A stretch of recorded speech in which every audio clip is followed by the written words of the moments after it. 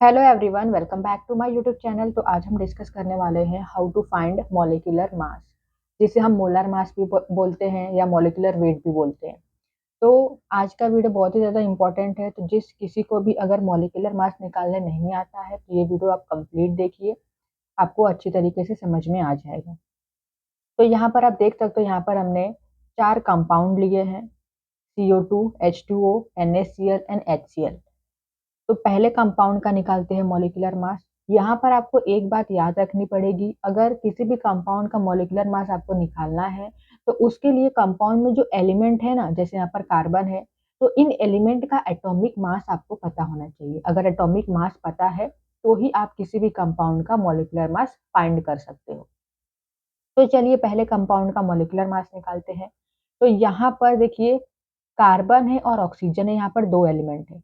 Carbon dioxide में 2 element होते हैं, कार्बन और ऑक्सीजन।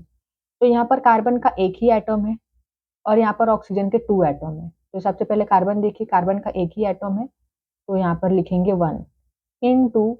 अब कार्बन का एटॉमिक मास क्या होता है? 12। तो 12, तो कार्बन का यहाँ पर एक एटम है, तो 1 इनटू कार्बन का एटॉमिक मास। उसके बाद नेक्स्ट एलिमेंट है ना ऑक्सीजन, उसके पहले यहाँ पर आप लगा दो प्लस। देन यहाँ पर ऑक्सीजन के 2 एटम है, तो 2 इनटू ऑक्सीजन का एटॉमिक मास क्या होता है? 16। तो यहाँ पर आ जाएगा 16। तो 12 प्लस 16 टू जा 32। तो 12 प्लस 32 इज इक्वल टू 44 यू। तो कार्बन डाइऑक्साइड का मॉलिक्यूलर मास होता है 44। अब ऐसे ही आप बाकी कंपाउंड का भी मॉलिक्यूलर मास निकाल सकते हो। सिर्फ और सिर्फ क्या पता होना चाहिए आपको?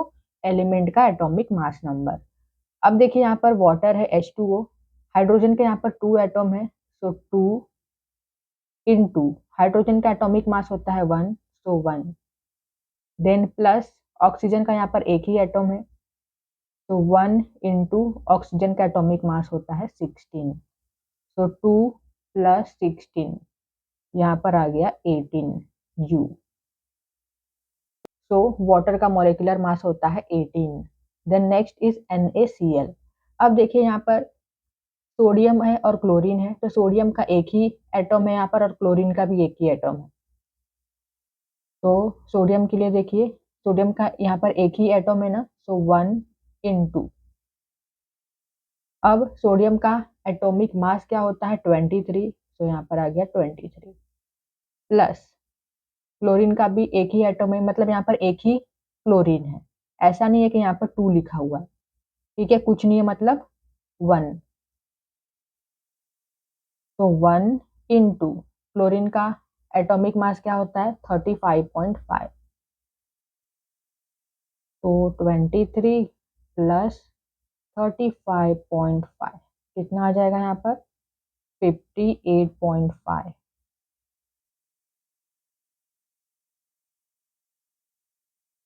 देन नेक्स्ट यहाँ पर है HCl। तो HCl का मॉलिक्यूलर मास आपको बताना है कमेंट में, HCl का मॉलिक्यूलर मास क्या होगा।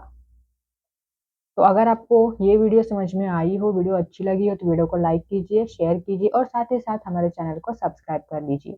Thank you so much for watching this video.